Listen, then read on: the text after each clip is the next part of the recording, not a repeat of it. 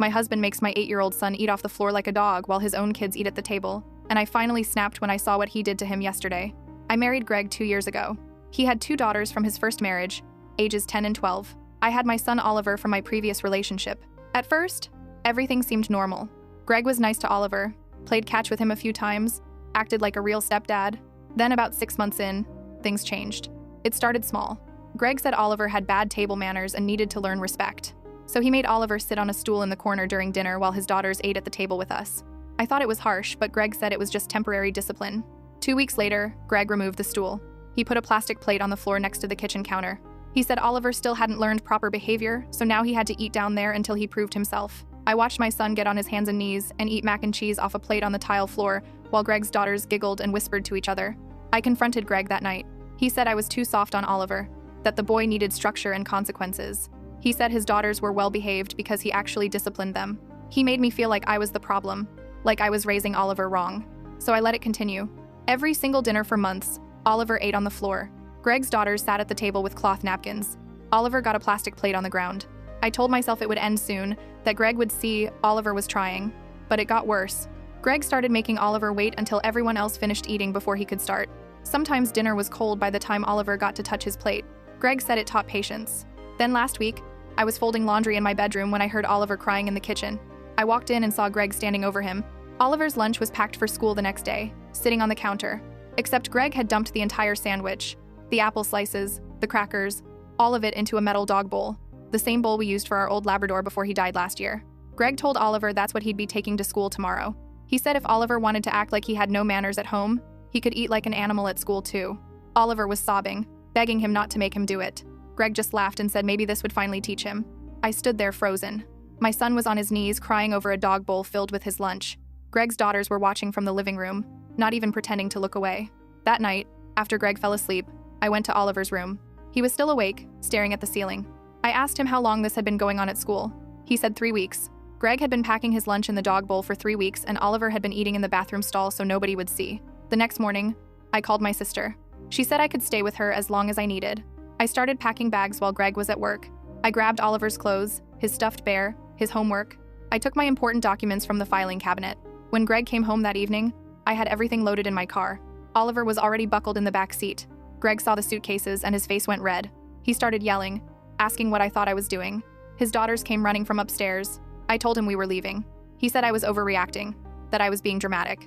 He said Oliver needed that discipline, and I was ruining the progress. I looked at Oliver in the car, then back at Greg. I opened my phone and showed him the photos I'd taken that morning. The dog bowl with Oliver's lunch in it, the spot on the kitchen floor where Oliver ate every night, the corner stool from months ago. Greg's face changed. He said I wouldn't actually do anything with those photos. I told him I already sent them to my lawyer an hour ago. Greg stared at me for a long moment after I mentioned the lawyer. Then he started laughing. Not a normal laugh, but something cold and mechanical. He pulled out his phone and turned it toward me. On the screen was a video feed split into 4 sections. Our bedroom, Oliver's bedroom, the kitchen, the living room. He'd been recording everything for months. He scrolled through folders labeled by date. There was footage of me crying in bed, footage of Oliver eating off the floor from angles I never knew existed. Greg said every lawyer in town would see me letting this happen for months, doing nothing, being complicit. He said I'd lose Oliver completely. Then he turned toward my car, where Oliver was sitting. He walked toward the passenger side window. Oliver's face went pale when he saw Greg coming. I started moving, but Greg was faster. He tapped on the glass with his phone still in his hand, showing me the camera feeds. "You think you're protecting him?" Greg said loud enough for Oliver to hear through the window. "Every judge will see these videos. They'll see you standing there watching him eat off the floor. They'll see you doing nothing while I disciplined him. You're just as guilty." Oliver pressed himself against the opposite door. His hands were shaking. I could see him trying not to cry. "Get away from my car," I said. My voice came out steadier than I expected. Greg's daughters were still on the porch. The older one, Bethany, had her phone out recording us. The younger one, Iris, was chewing her thumbnail and watching with this weird smile. "You're not going anywhere," Greg said. He put his hand on the car door handle. "You're going to unpack those bags and we're going to sit down like adults and discuss this properly, Oliver included." I hit the unlock button twice. Greg heard the click and pulled the handle, but I was already moving. I yanked the back door open from the driver's side, reached in and grabbed Oliver's arm. He scrambled out and I pushed him toward my sister's car that was parked behind mine. She'd driven over an hour ago and was waiting like I asked. "Get in Aunt Diane's car," I said. "Now." Oliver ran. Greg tried to grab me, but I stepped back and he missed. He started yelling about kidnapping, about parental alienation, about how I'd regret this. Diane already had Oliver in her car and was pulling out of the driveway. "Sue me," I said to Greg. Then I got in my car and backed out fast enough that he had to jump aside. I followed Diane to her house 2 towns over. My hands didn't stop shaking until we were inside with the door locked. Oliver sat on Diane's couch, holding his stuffed bear and staring at nothing. He looked smaller than 8 years old. Diane made hot chocolate. Neither of us drank it. She asked if I had a plan beyond running. I told her about the lawyer I'd contacted that morning, about the photos, about everything I'd documented. "He has videos, though," I said. "Months of them, showing me just standing there." "Did you know about the cameras?" Diane asked. "No." "Then that's illegal recording in your bedroom. And the kids' bedrooms." She pulled out her laptop. "Let me look something up." While she searched, I sat next to Oliver. He was still clutching the bear. "I'm sorry," he whispered. "I'm sorry I'm bad at manners. I'm sorry I made you have to leave." I pulled him close. "You didn't do anything wrong. Not one single thing. You understand me?" He nodded against my shoulder, but I could tell he didn't believe it. Diane looked up from her computer. "Pennsylvania requires 2-party consent for recordings. If he was recording you and Oliver without your knowledge in places where you had reasonable expectation of privacy, that's illegal wiretapping. Felony charges potentially. But the footage still exists," I said. "He can still show it to people. Not in court if it was obtained illegally. And if he does try to use it, he incriminates himself." She kept reading. "There's also the child abuse angle. Forcing a child to eat off the floor, using a dog bowl at school, that's degrading treatment. Any decent lawyer will destroy him." My phone started ringing. "Greg." I declined it. He called again, and again. I turned it off. Diane set me up in her guest room with Oliver. We shared the bed that night. He fell asleep around midnight, still holding the bear. I stayed awake until almost 4 in the morning, listening to him breathe and thinking about all the dinners I'd watched happen. All the times I'd told myself it was just temporary. All the times I'd let Greg convince me I was the problem. The lawyer's name was Patricia Holm. I met her the next morning after Diane agreed to watch Oliver. Her office was in a converted house downtown with creaky floors and too many file cabinets. She was in her 50s with gray hair pulled back tight and reading glasses on a chain. I showed her everything. The photos of the dog bowl, the photos of the floor plate, screenshots of texts where Greg talked about Oliver's training, a video I'd secretly taken 2 days ago of Oliver eating dinner on the floor while the girls ate lasagna at the table.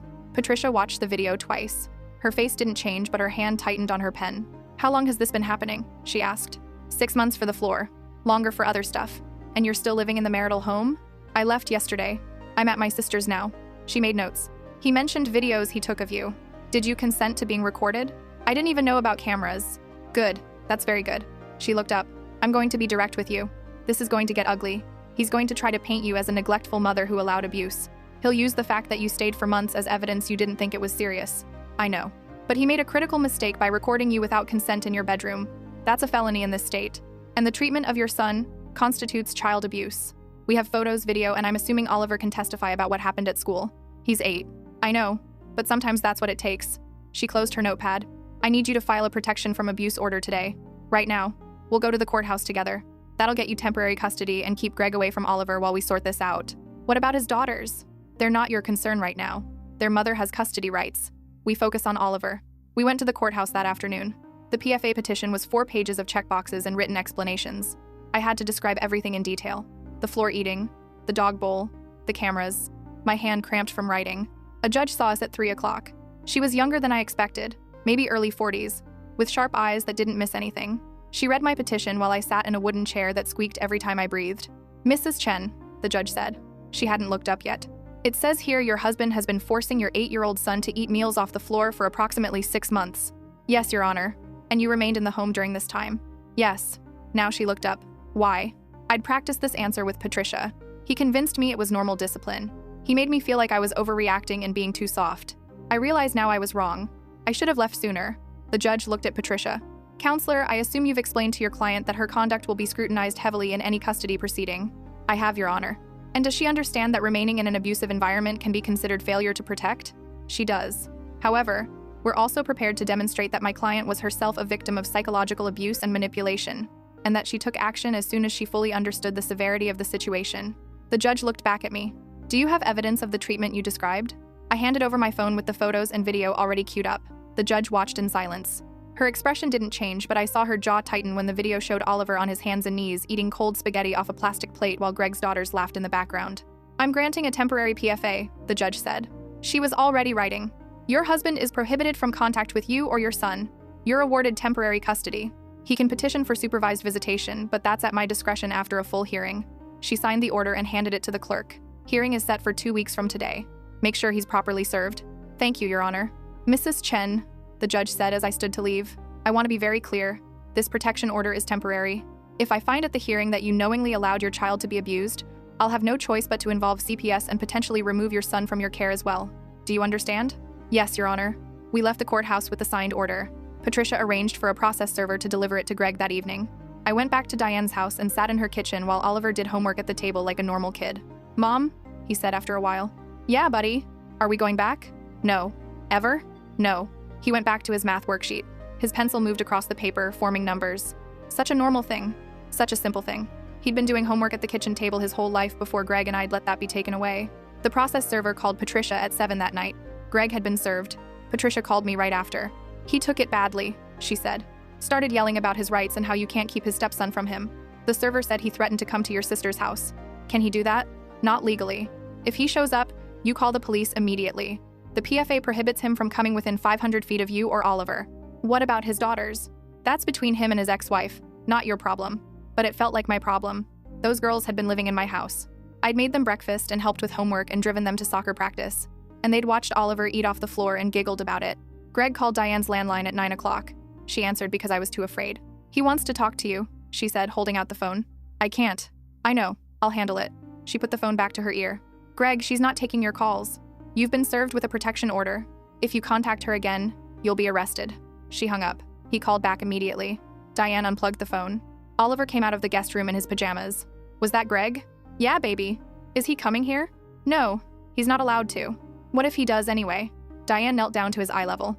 Then your mom and I will call the police and they'll arrest him. You're safe here. I promise. Oliver nodded, but he didn't look convinced. He went back to bed. I checked on him an hour later and found him still awake, staring at the ceiling again. Can't sleep? I asked. I keep thinking about the dog bowl. I sat on the edge of the bed. You never have to use that again. But what if the judge makes me go back? What if she thinks I'm lying? You're not lying. And I have pictures and video proving you're not lying. But Greg has videos too. He said so. Those videos won't matter. He recorded them illegally. Oliver rolled onto his side, facing me. Was it my fault? Was what your fault? That he was mad at me. That he made me eat on the floor. I wanted to scream. I wanted to find Greg and hurt him for making my 8-year-old child ask me that question. No, I said. None of it was your fault. Not 1 second of it. Greg was wrong. What he did was abuse. Do you know what that word means? I think so.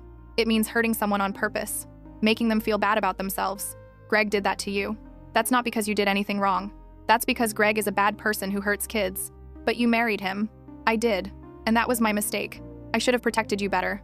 I should have left the first time he made you eat on the floor. I'm sorry I didn't. Oliver was quiet for a long time. Then he said, Mrs. Patterson asked me about the dog bowl at school. My stomach dropped. What did you tell her? I said it was a game we were playing at home.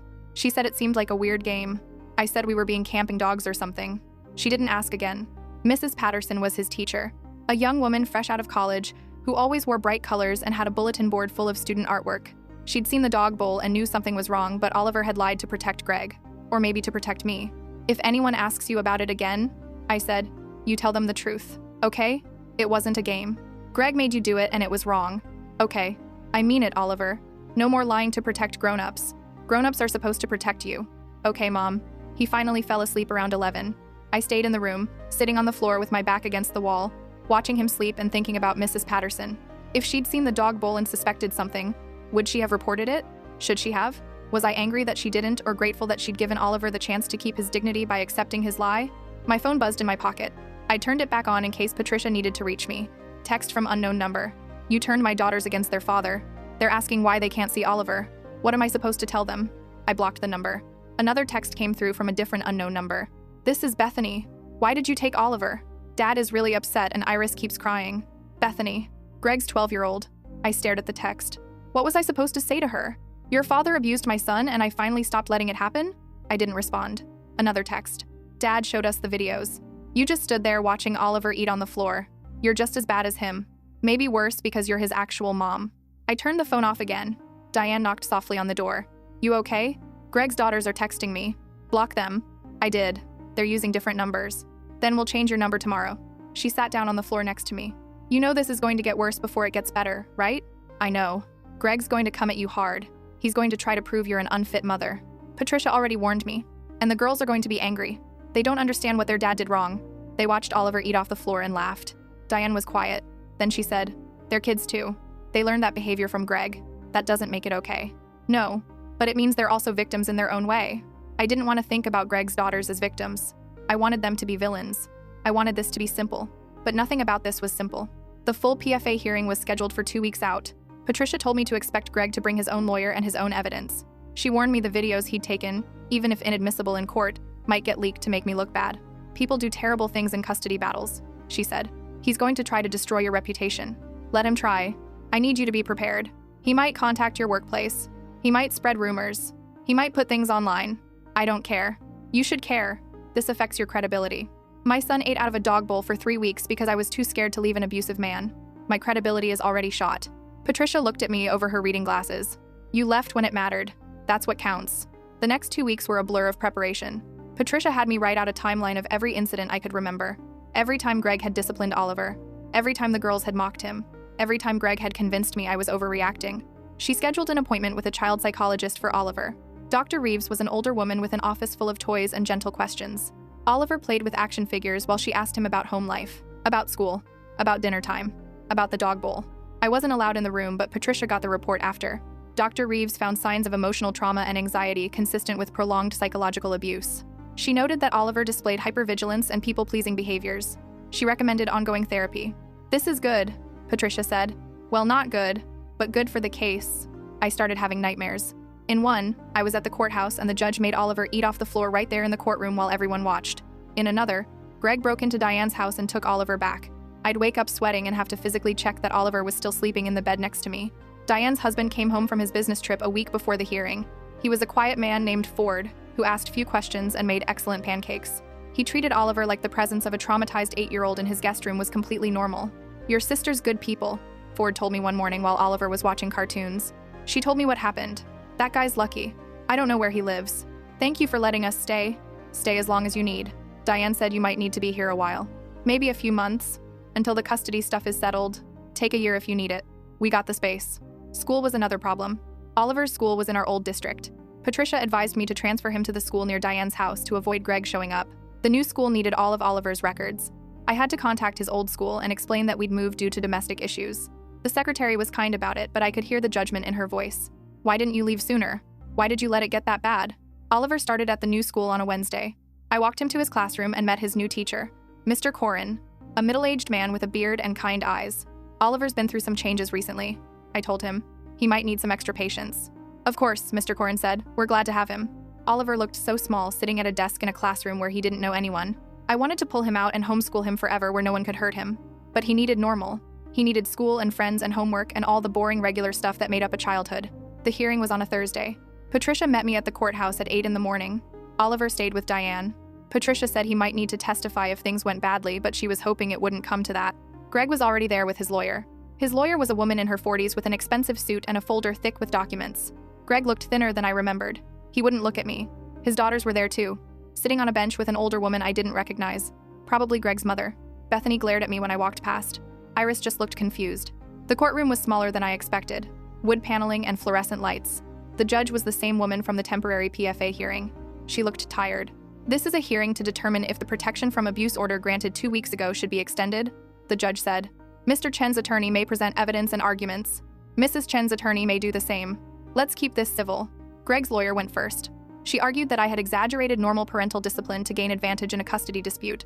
She said Greg had used unconventional methods, but they weren't abusive. She said I had remained in the home for months, which proved I didn't actually believe Oliver was in danger. Then she brought up the videos. "Your Honor, while my client acknowledges the recordings may have technical legal issues regarding consent, they do show Mrs. Chen's behavior clearly. She stood by and watched the discipline happen. She never objected. She never removed Oliver from the home until she decided to use this as leverage." Patricia stood up. "Objection. The recordings are inadmissible, due to wiretapping laws. They can't be considered as evidence." "I'm not trying to admit them as evidence," Greg's lawyer said. "I'm simply pointing out that they exist, and they show a pattern of complicity." The judge looked annoyed. "If they're inadmissible, we're not discussing them. Move on." Greg's lawyer switched tactics. She called Greg to the stand. He talked about how he was trying to teach Oliver discipline and respect, how his own daughters were well-behaved because he set clear boundaries, how I had been undermining his authority and turning Oliver against him. "Did you force Oliver to eat off the floor?" Patricia asked during cross-examination. "I required him to eat in a position that reminded him of proper behavior," Greg said. "It wasn't about the floor. It was about teaching consequences. Did you make him take his lunch to school in a dog bowl? That was one time. He'd been particularly disrespectful that morning. How many times is acceptable? I don't think you understand discipline. I understand child abuse, Patricia said. Did you, or did you not, place your stepson's lunch in a metal dog bowl and require him to take it to school? Once, yes. Patricia showed the judge my photos. The dog bowl, the floor plate. She showed the video of Oliver eating dinner on his hands and knees. This was filmed 3 days before my client left the marital home, Patricia said. Does this look like appropriate discipline to you, Your Honor? The judge studied the video. Mr. Chen, why is this child eating off the floor while your daughters eat at a table? He needed to earn the privilege of the table, Greg said. By doing what exactly? By showing respect, by following rules. And how long was he supposed to eat off the floor? Until he learned. That's not an answer. How long? Greg hesitated. As long as it took. So indefinitely. If necessary. If necessary. The judge made a note. Continue, counselor. Patricia presented Dr. Reeves's report. She called me to the stand and I explained about the psychological manipulation, about how Greg had convinced me this was normal, about how I'd been in therapy myself now and realized I'd been in an emotionally abusive relationship. Why didn't you leave sooner? The judge asked. I didn't understand how bad it was. He made me think I was the problem, that I was too soft, that Oliver needed this. But you saw your son eating off the floor. Yes. And you allowed it to continue for 6 months. Yes, I was wrong. I should have left immediately. Why didn't you? I took a breath. Because I was scared. Because I thought Greg was right and I was being too emotional. Because I'd been with an abusive partner before Oliver's father and I thought I'd learned to recognize the signs, but I missed them. Because I was trying to make the marriage work. Because I didn't want Oliver to grow up in another broken home. Because I convinced myself it would stop. But it didn't stop. No, it escalated. And when I saw the dog bowl going to school, I finally understood what was really happening. The judge looked at Greg. Mr. Chen, did you install cameras throughout your home without your wife's knowledge or consent? Greg's lawyer whispered something to him. He nodded. Yes, Your Honor. For security purposes. Cameras in the bedroom and child's bedroom? Yes. And Mrs. Chen didn't know about these cameras?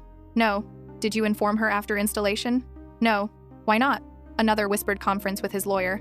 I wanted to document what was happening in my own home. You mean you wanted to document your wife's response to your treatment of her child? I was protecting myself by committing felony wiretapping. Greg's face went red. I didn't know it was illegal. Ignorance of the law isn't a defense, Mr. Chen. The judge looked at her notes. I've heard enough. I'm extending the protection from abuse order for 1 year. Mr. Chen, you're prohibited from contact with Mrs. Chen or her son Oliver during that time. If you wish to pursue visitation rights, you'll need to file a separate petition and that will be evaluated based on what's in the child's best interest, which based on the evidence presented today, seems to be no contact with you whatsoever. Greg stood up. You can't do this. He's my stepson. Sit down, Mr. Chen. I have rights. You have the right to remain silent and I suggest you exercise it. The judge signed an order. Mrs. Chen is awarded full legal and physical custody of her minor child. Mr. Chen is ordered to pay child support in an amount to be determined at a subsequent hearing. This court is also referring this matter to the district attorney's office for potential criminal charges related to both the illegal recording and the child abuse. Child abuse? Greg was still standing. I was disciplining him. You forced an 8-year-old to eat off the floor for 6 months and take his lunch to school in a dog bowl. That's not discipline, Mr. Chen. That's abuse. And you're lucky I'm not removing your daughters from your care as well. She banged her gavel. We're adjourned. Patricia grabbed my arm as I started to stand. Don't look at him. Don't engage. Let's go. We walked out through a side door. I could hear Greg yelling behind us but couldn't make out the words. The bailiff was probably escorting him out. In the hallway, I sat on a bench and started shaking. It was over. I'd won. What happens now? I asked Patricia. Now we wait for the DA to decide about criminal charges. And Greg can't come near you or Oliver for a year minimum. She sat next to me. You did good in there. I know it was hard. What about his daughters? Not your problem. But it still felt like my problem. Bethany and Iris had lost their stepbrother suddenly. They'd been told I was the villain. They were probably confused and angry, and I understood that even if I couldn't fix it. I drove back to Diane's house. Oliver was in the backyard throwing a tennis ball for Diane's dog, a golden retriever named Biscuit. He looked up when I came outside. How did it go? He asked. We won. Greg can't bother us anymore. Oliver threw the ball again. Biscuit bounded after it. Does that mean we can go home? We don't have a home with Greg anymore. We're staying here with Aunt Diane and Uncle Ford. Forever? Until we find our own place. Okay. He threw the ball. Mom? Yeah? I'm glad we left. Me too, buddy. That night I got an email from an unknown address. The subject line said, "You'll regret this." I deleted it without opening. Another email came through. Same subject line. Different address. Patricia had warned me this would happen. Greg trying to intimidate me. Trying to make me afraid. But I'd spent 2 years being afraid. I was done with that. I changed my email address the next day. Changed my phone number too. Told Oliver's school that under no circumstances was Greg Chen allowed to pick up Oliver or get any information about him. Made sure Diane's address was unlisted and confidential. The DA's office called 3 weeks later. They were pursuing charges against Greg: illegal wiretapping and child endangerment. The assistant DA handling the case was a serious young man named Joel who said they had a strong case. Will Oliver have to testify? I asked. Possibly. Depends if it goes to trial. A lot of defendants take a plea deal once they realize how bad it looks. What kind of plea deal? Hard to say. Probably probation, counseling, maybe some jail time. We'll push for the maximum. I met with a realtor the next week. Started looking at rental houses in Diane's school district. Found a small 3-bedroom with a fenced yard and an eat-in kitchen.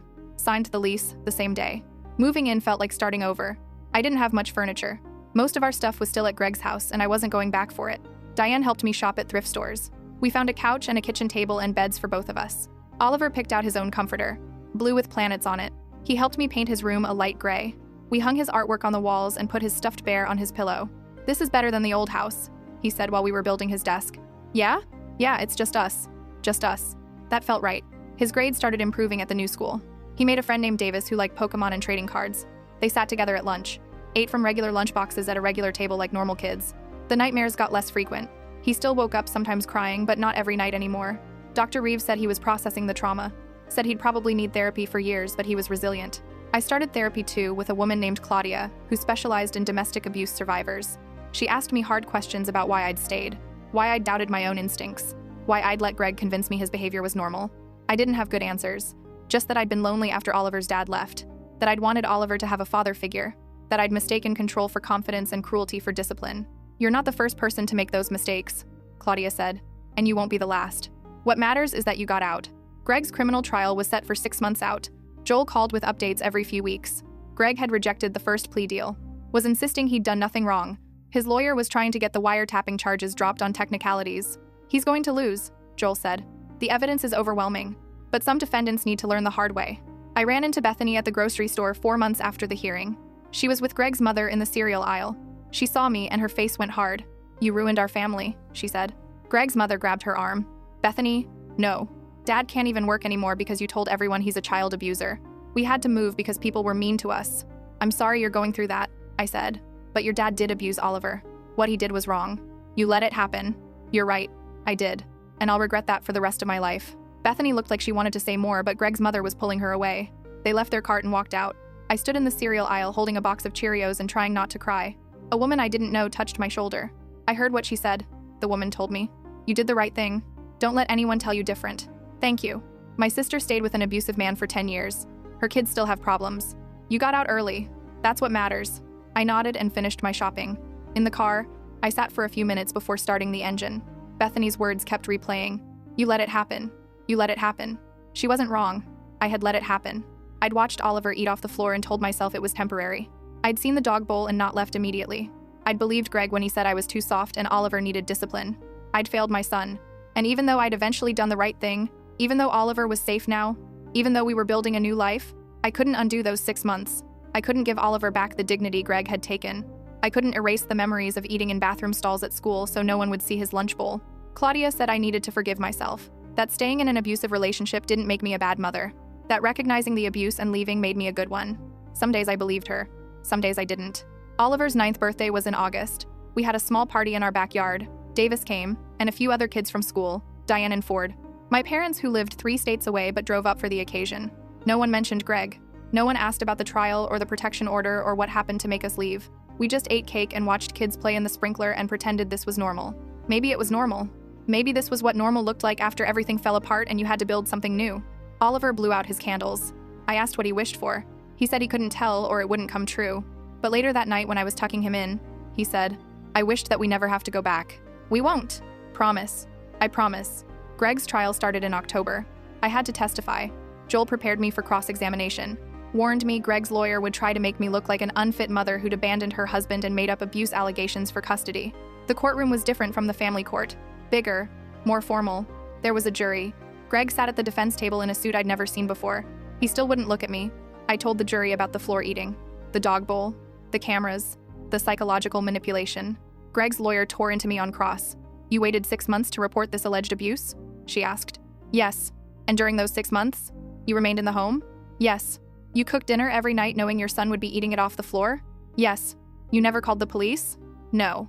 Never called Child Protective Services? No. Never told a teacher or a doctor or a family member? I told my sister eventually, but not for 6 months. Correct. Isn't it true, Mrs. Chen, that you only left your husband after you found out he was planning to file for divorce? No. Isn't it true that you made up these allegations to gain advantage in a custody dispute? No. Everything I said was true. Then why didn't you leave sooner? I looked at the jury. 12 strangers who would decide if Greg went to prison. Because I was in an emotionally abusive relationship and I didn't recognize it until it was almost too late. Because he convinced me I was the problem. Because I was scared. Because I failed my son and I'm going to have to live with that forever. But I'm telling the truth about what he did. Joel called Oliver to testify. I tried to protect him from this, but Joel said his testimony was crucial. Oliver wore his church clothes and looked terrified. He answered Joel's questions in a quiet voice. Yes. Greg made him eat on the floor. Yes. It happened for months. Yes. Greg laughed at him. Yes. The girls laughed too. Yes. He took the dog bowl to school.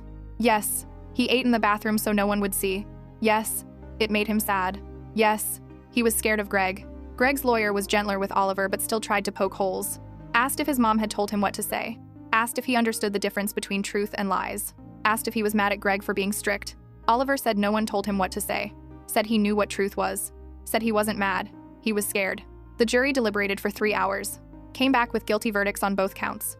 The judge sentenced Greg to 2 years in prison plus 3 years probation. Also ordered him to pay restitution and complete parenting classes even though he'd probably never be near Oliver again. Greg finally looked at me when the bailiff was leading him away. His expression wasn't angry, just empty. Like he couldn't understand how this had happened. How forcing a child to eat off the floor had led to him going to prison. Outside the courthouse, Joel shook my hand. Justice was served today. Doesn't feel like justice. Just feels sad. That's normal. You're allowed to grieve the life you thought you had. What about his daughters? They're with their mother. That's all I know. I drove home to Oliver, who'd stayed with Diane during the trial. He was doing homework at the kitchen table. Our kitchen table where everyone ate sitting in chairs like human beings. How was it? He asked. Greg's going to prison for 2 years. Oh, he went back to his math worksheet. Does that mean he won't come back? Not for a long time. And when he does get out, he's not allowed to contact us. Good.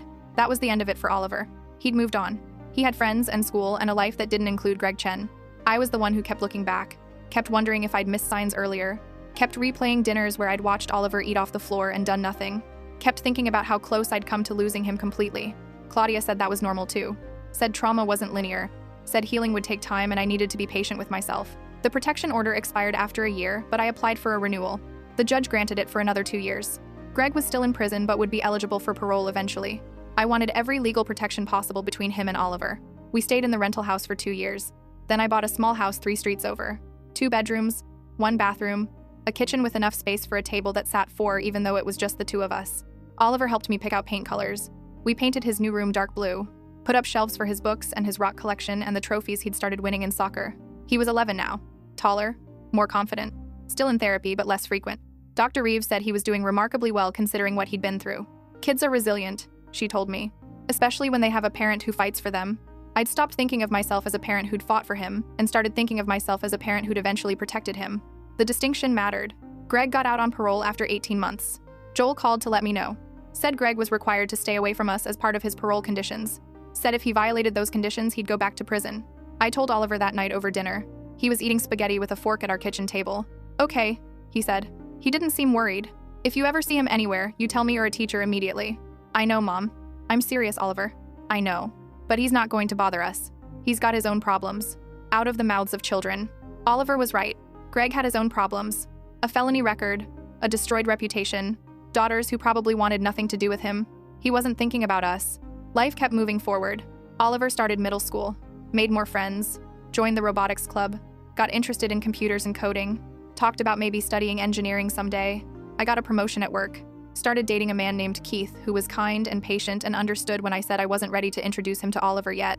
Keith worked in accounting and had never been married and didn't push. After a year, I introduced them. Oliver was polite but distant. After Keith left, Oliver said, "He seems nice, but I'm good with just us." "I'm good with just us too," I said. "But sometimes it's nice to have company." "Do you love him?" "I don't know yet." "Did you love Greg?" I had to think about that. I thought I did. But I don't think you can really love someone who hurts your child. That makes sense. Oliver went back to his video game. I'm glad we're not going back there. Me too, buddy. Keith and I dated for another 6 months before mutually agreeing we weren't right for each other. He was a good man, but I wasn't ready for the complexity of blending a family again. Maybe I never would be. Oliver turned 13. Then, 14. He shot up 6 inches and his voice cracked. And suddenly, he was taller than me. He asked about his biological father sometimes. I answered honestly. His dad had left when Oliver was 2. Hadn't wanted the responsibility of a kid. Sent birthday cards sometimes, but nothing else. Do you think he thinks about me? Oliver asked once. I don't know. Maybe. Do you think Greg thinks about me? I hope not. I still remember eating on the floor. I know. Sometimes I dream about it. Not nightmares, really. Just dreams where I'm back there. Does it scare you? Not anymore. Just makes me sad. We were sitting at the kitchen table. The same table we'd bought when we first moved into the rental house. The same table where Oliver had eaten every meal for 5 years without anyone making him feel less than human. I'm sorry I didn't leave sooner, I said. You've said that before. I need you to hear it. I hear it. And I know you were trying your best. Dr. Reeves explained about abuse and how it messes with your head. I get it. You shouldn't have to get it. You were 8, but I did have to get it. Because it happened. He shrugged. I'm okay, Mom. I'm not broken or anything. I just remember. But remembering isn't the same as still being there. My 14-year-old son was wiser than me.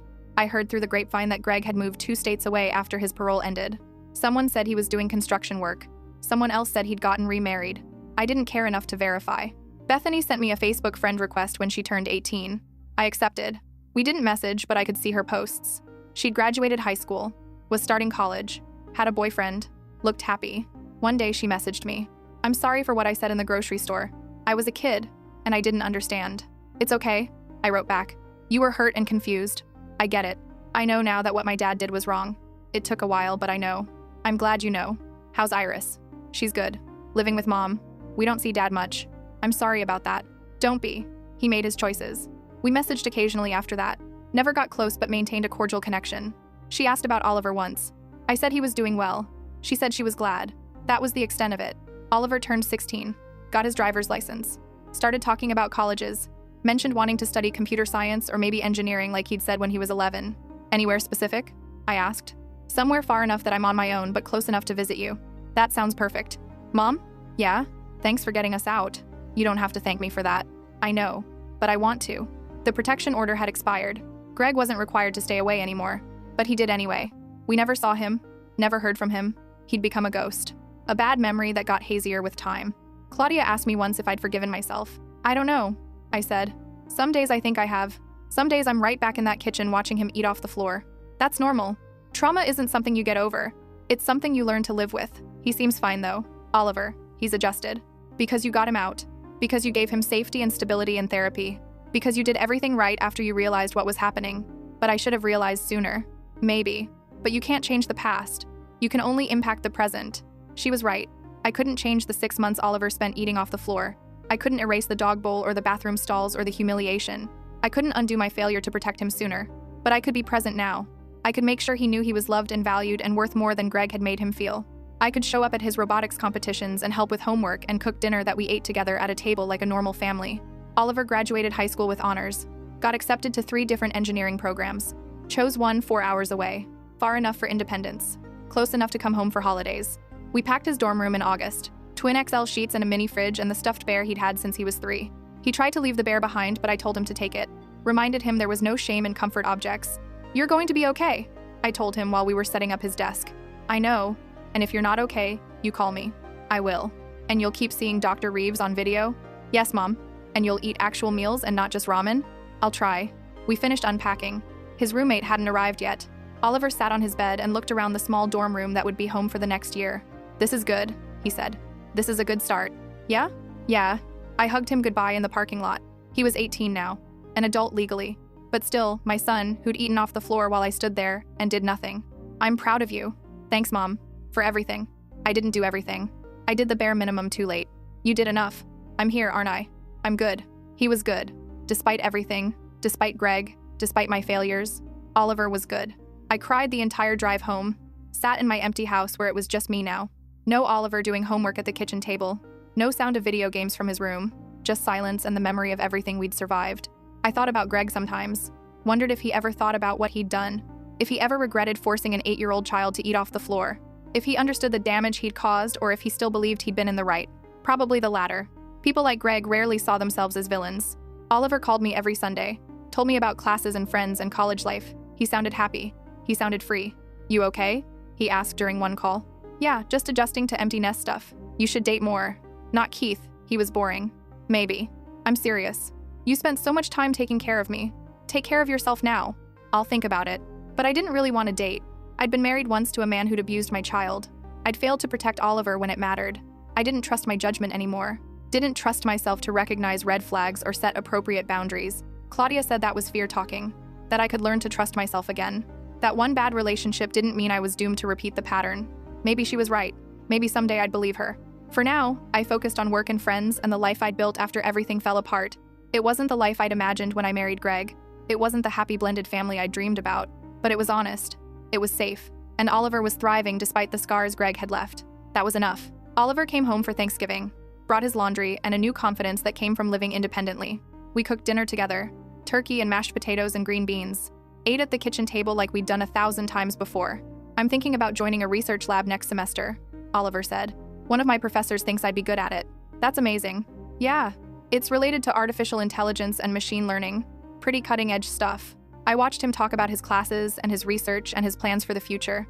This kid who'd eaten out of a dog bowl was now studying artificial intelligence. This kid who'd been broken down and humiliated was now confident and ambitious and whole. We'd survived. Both of us. We'd survived Greg and the abuse and my failure to act sooner. We'd survived the courts and the trauma and the rebuilding. And we were okay. Not perfect. Still scarred. But okay. Oliver left after the weekend. I stood in the driveway and watched him drive away. Back to his dorm. Back to his research. And his classes and his life. I went inside and sat at the kitchen table. The same table where we'd eaten every meal for years. The same table that represented safety and normalcy and healing. My phone buzzed. Text from Diane. How was the visit? Good. He's doing really well. And you? I'm okay. You're more than okay. You saved your kid. That counts for something. She was right. I'd saved my kid. Not soon enough. Not before damage was done. But I'd saved him. That had to count for something. It counted for everything.